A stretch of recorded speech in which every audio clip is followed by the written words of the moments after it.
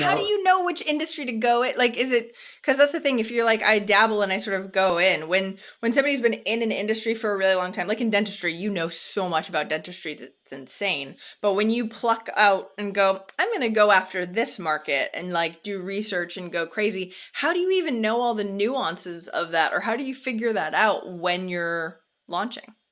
Well, sometimes it's creating a product or a space that doesn't have competition or doesn't have competition yet. So you know it works somewhere else. It just, you're bringing it to a new space. So one of my new businesses is called Illusion 360. We're doing 3D virtual tours for real estate and for different construction, and we're doing yachts and jets and other things that you want to sell where people are buying it from across the country, but they want to be able to go through and look at it. Wow. Well, where I live in Georgia, nobody was doing this, even for residential real estate, much less the other 10 sectors we're dabbling in, but it was hot on the West Coast. And so what I did was contact the big few real estate offices around me, showed them somebody else's product and said, I'm bringing this to Albany, Georgia. If this were here, would you use it? And how much would you pay for it? And so I sold that before I ever built the business. I had clients that were ready. You know, I know it works in Seattle. I know it works in LA. I can read the forums and participate in the groups in my space. I don't have to create anything. I just have to bring it there. Another example is I've made games, party games and board games a lot over the years, and licensed some, self-produced some.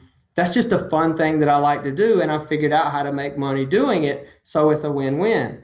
But I licensed my first game to Mattel, and we had this big contract, and they sold it all over the world, and that was cool. The next game I licensed to a smaller company, and it totally bombed.